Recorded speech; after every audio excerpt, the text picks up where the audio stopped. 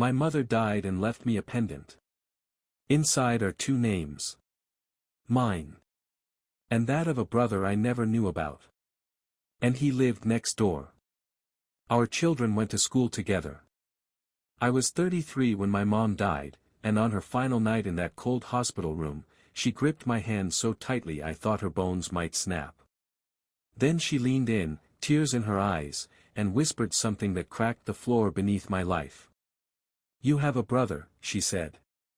"But don't tell your father. He never knew he wasn't your real dad."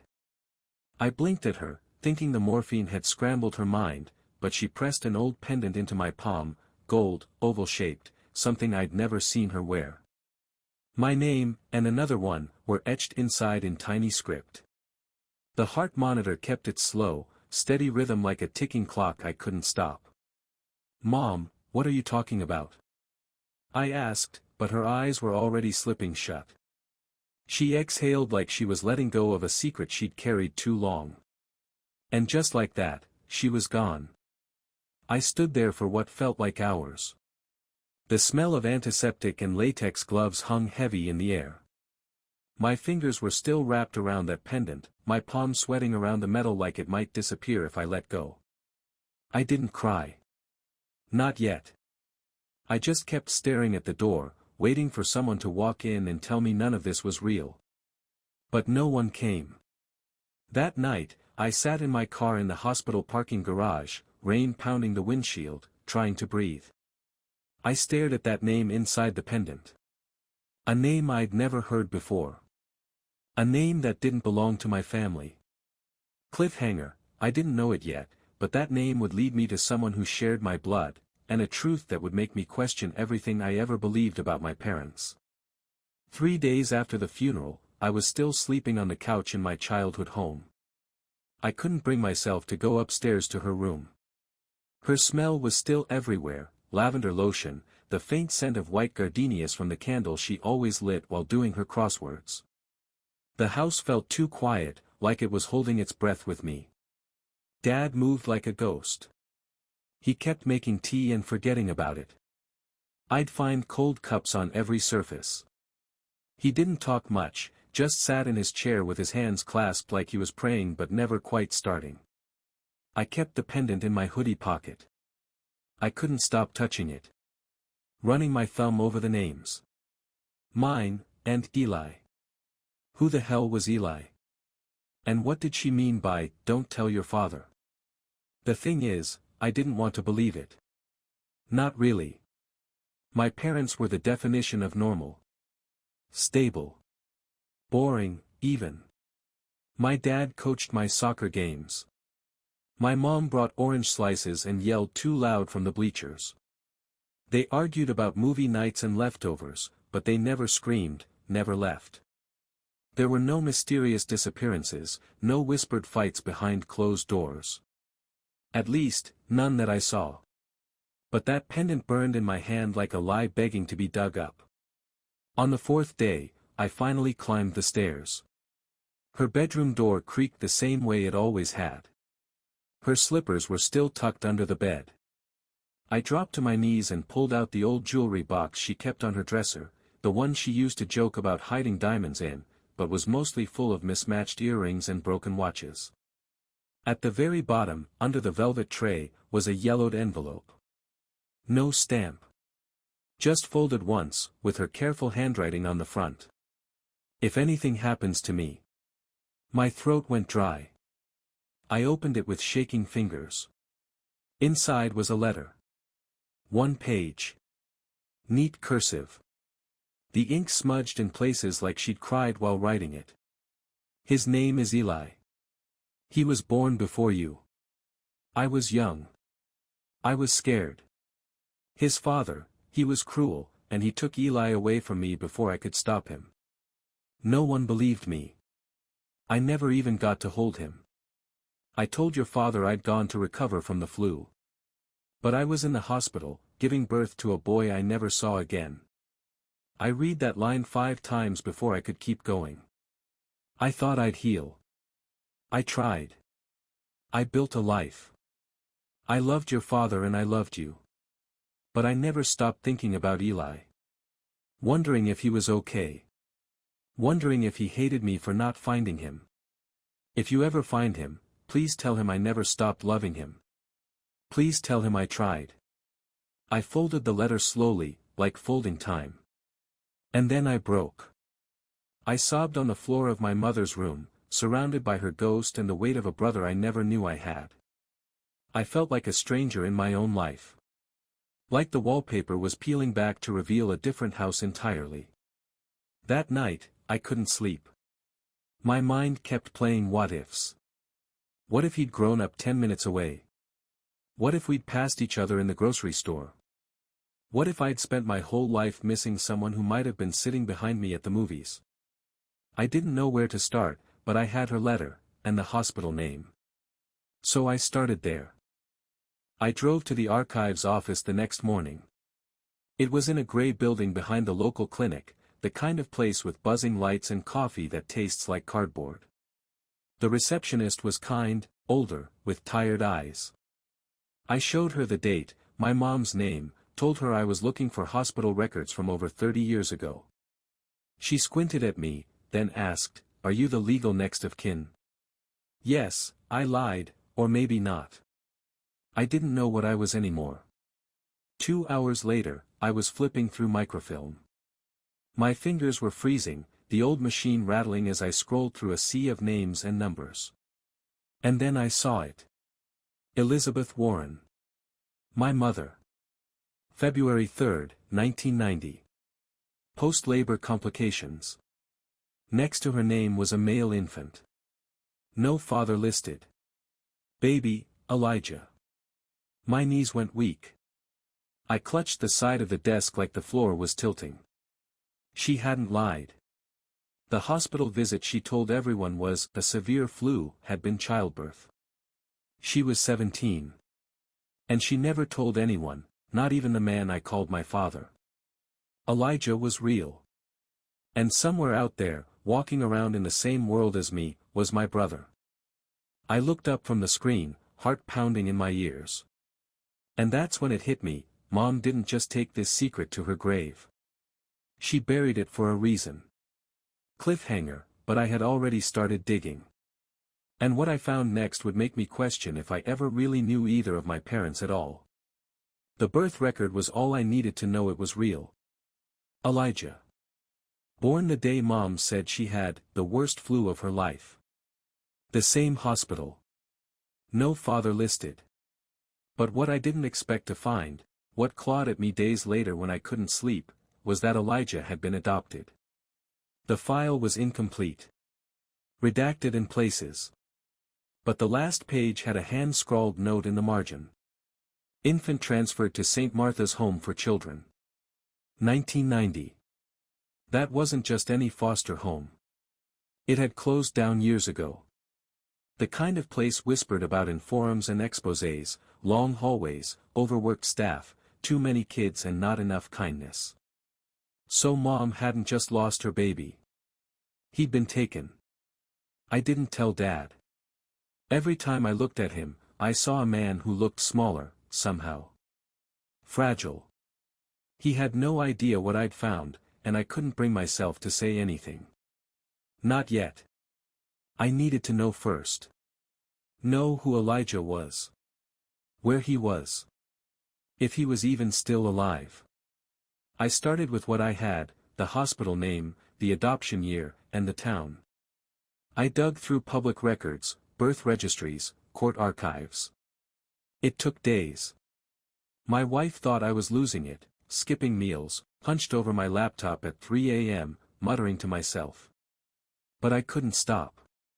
Something was driving me forward, like if I paused, I'd fall apart completely. And then, late one night, I found it.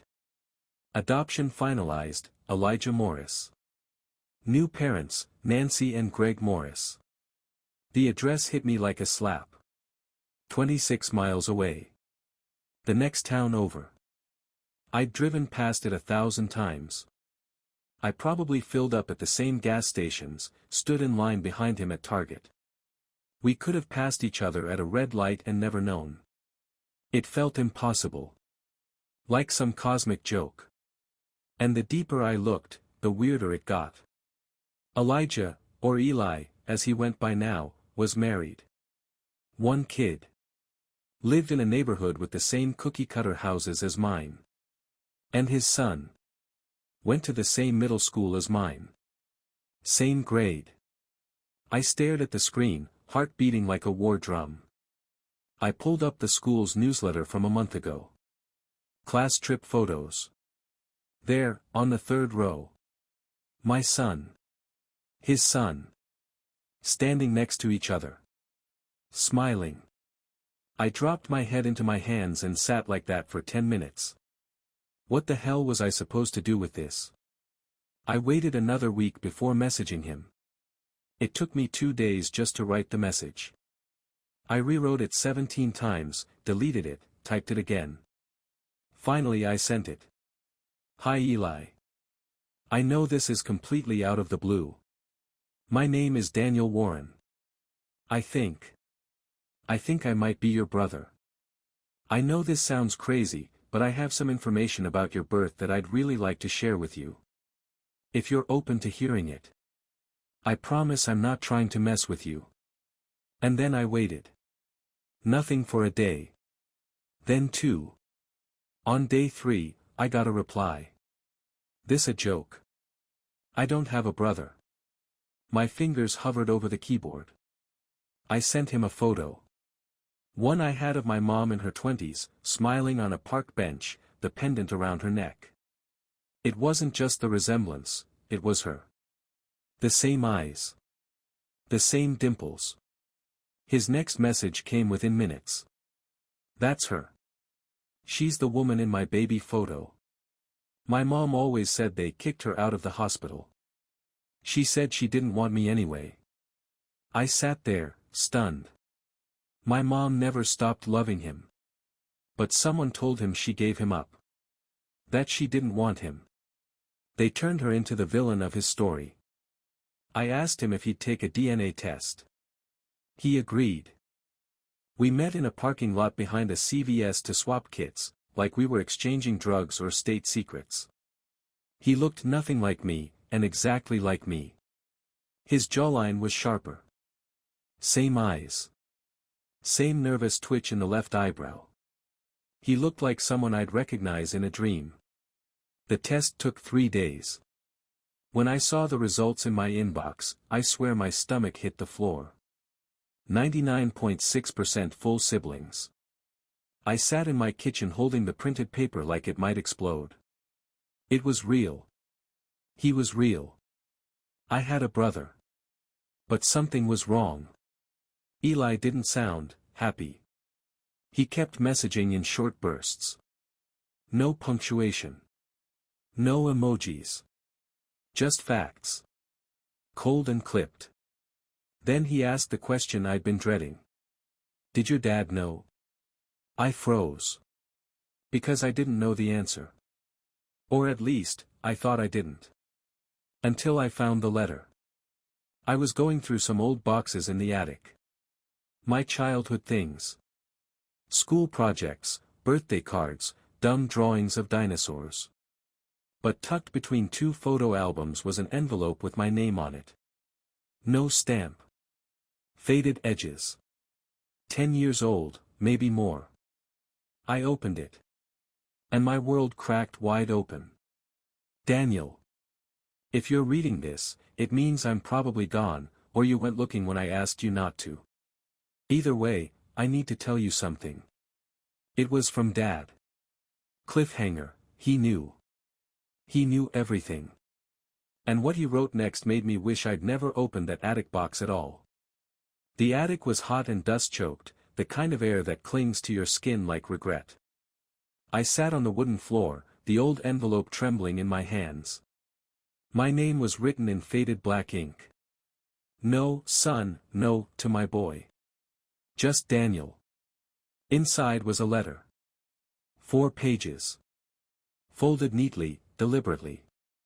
My father's handwriting, sharp, controlled, like he was trying not to feel as he wrote it. Daniel. If you're reading this, then I've failed. I failed to protect you from the truth. Or maybe, more honestly, I failed to protect myself from having to tell you. The room seemed to shrink around me. I read, eyes locked, pulse thudding in my neck. You may one day learn about a boy named Elijah. I pray you don't. But if you do, know this, I am not your biological father. But I have loved you like my own from the moment you opened your eyes. I read that line again and again. Your mother, she went through something you will never fully understand. When she was 17, she got involved with someone. Not a boy. A man. Older. Dangerous. A manipulator. A man I won't name. She tried to leave him. He didn't let her. When she got pregnant, he threatened to take the baby. Said she'd never see him again. And he was right. I had to stop reading. I pressed the paper to my chest like it might steady the storm inside me. I knew something had happened when she came back from the hospital. She wouldn't talk. 4 weeks. Then she said, "He's gone." I couldn't stop him. That's all. We were kids, really. I didn't know how to help her. But I loved her. So I stayed. We built a life. And then, we had you. The attic groaned as the wind pushed against the roof. My breath caught in my throat. I felt 8 years old again, sitting on his lap while he taught me how to tie a fishing knot. I never told you because I didn't want to infect you with the poison of that past. You were ours. The only good thing in a storm we barely survived. But I saw it in her eyes sometimes. Every birthday. Every Christmas. She was always thinking about him. About Elijah. The last page was wrinkled near the bottom, like he'd gripped it too tight. Daniel, if you go searching, you'll find pain. Not closure. Not family. That man, Elijah's father, was a monster. And God help us both if Elijah has any of him in his blood. I dropped the letter. My fingers were numb. Not from shock anymore. From grief. Dad knew. All these years, he knew. But instead of telling me, they both chose silence. As if truth was a disease they could contain. I confronted him that night. He was in the kitchen, stirring a cup of instant coffee, staring out the window like he always did when he couldn't sleep. The hum of the refrigerator was the only sound. I found your letter, I said. He didn't turn around. I know about Elijah. Still, nothing. I met him. That made him flinch. Slowly, he turned. His face was pale, lips pressed tight. You weren't supposed to. You knew this whole time, I said. My voice cracked. You let me believe everything was normal. I wanted to protect you, he whispered. I stepped forward. From what? From a brother? From the truth? From him, he snapped, eyes blazing now. You don't know what kind of man his father was. You don't know what that bloodline carries. I felt my fists clench. You don't know him, I said. You never gave him the chance. He looked tired. Older than I'd ever seen him. He sat down at the table and folded his hands like he had at the funeral. I loved your mother, he said. But that boy, he was a wound she never closed. Every time she smiled at you, I saw the sadness behind it. The what if. I hated it. I hated him, and I hated that I hated a child who never did anything wrong. Tears welled in his eyes. I couldn't compete with a ghost, Daniel. I tried. I sat down across from him. We were two men with too many cracks to pretend anymore. She gave me that pendant the night she died, I said. She told me I had a brother. She didn't ask me to stay away. He looked at me, defeated. And now that you found him, what will you do? I didn't answer right away. Because I didn't know. Later that night, I stood in my backyard under a sky that wouldn't stop spinning. The stars were blurry through my tears. My mother had lived her whole life with guilt in her chest. My father had carried rage he never released. And me? I had a brother I barely knew, and a storm of blood between us. Cliffhanger, but there was still one person who hadn't spoken. Eli. And when I called him the next day, what he said changed everything. Eli picked up on the second ring. No, hello, no small talk. Just. Why didn't she try harder? His voice was hollow, like he'd already asked himself that question 1,000 times and hated every answer. I think she did, I said softly, standing alone in my garage, surrounded by boxes of holiday decorations and half-forgotten tools. I think she just lost. And didn't know how to start again. There was a long pause. I could hear something in the background, maybe his son playing a video game, maybe the clink of a spoon against a mug. Something painfully normal. My mom, Nancy, used to say some people don't deserve second chances, he said. She meant her. She meant the woman who gave me up. I leaned against the wall and slid to the floor, the concrete cold through my jeans. She wrote a letter, I said. It was buried in her jewelry box. She said she never stopped loving you. That she tried to stop him.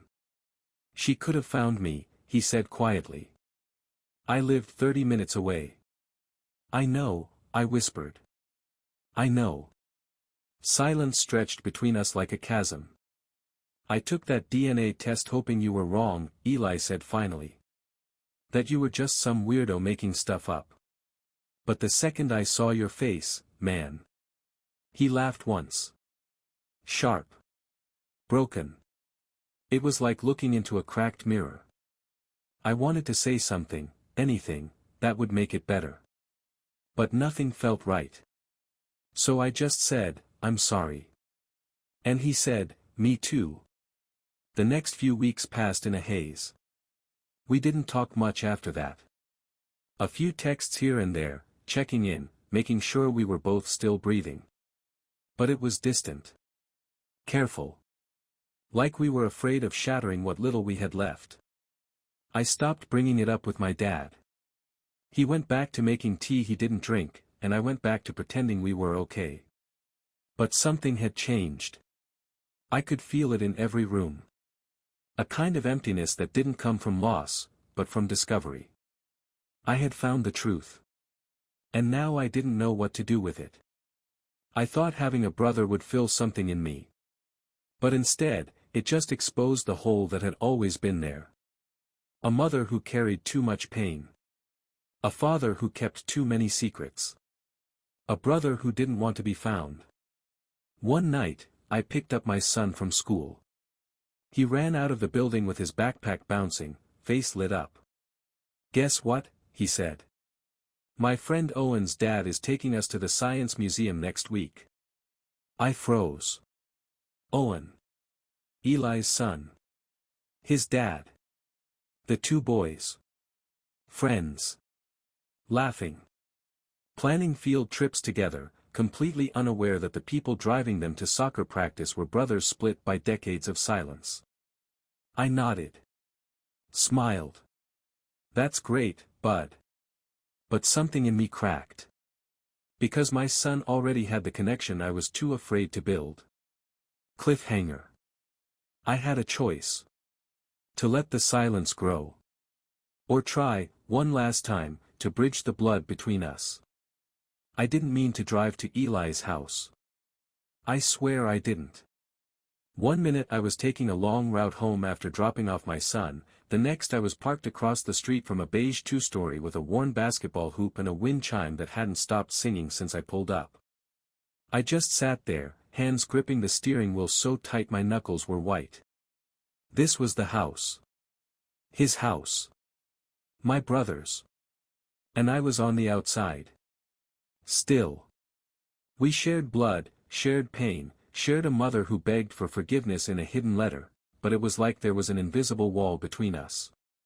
His silence was starting to feel like rejection. Like I wasn't enough to undo the past.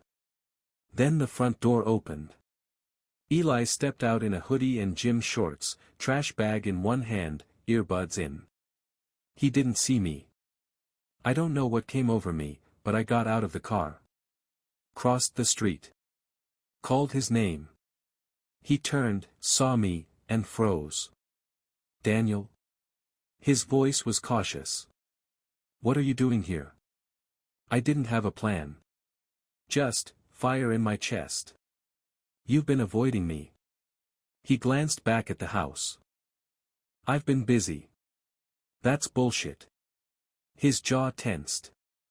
So what, you just show up. At my home. We're brothers, Eli. No, he said, sharp.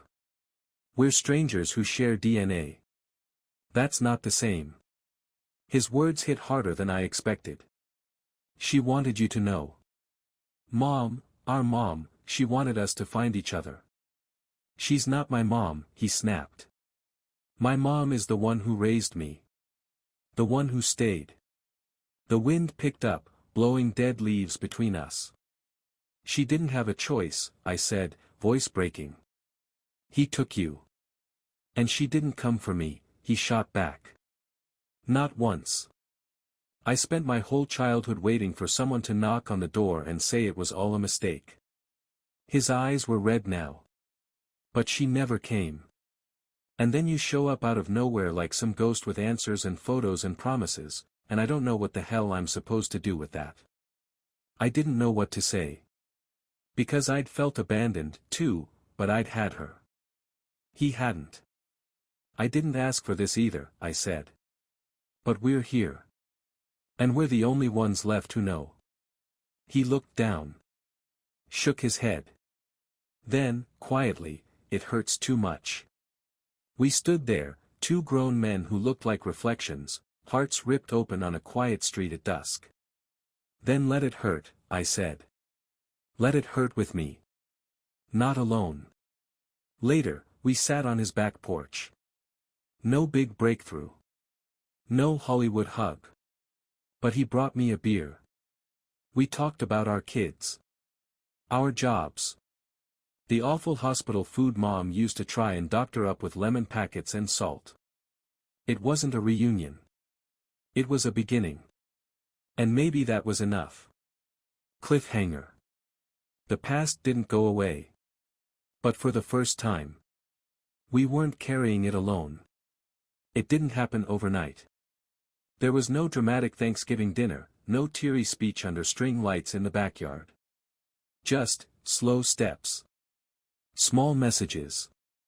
Eli sent me a photo one morning, his son and mine sitting on a school bus together, arms slung over each other's shoulders.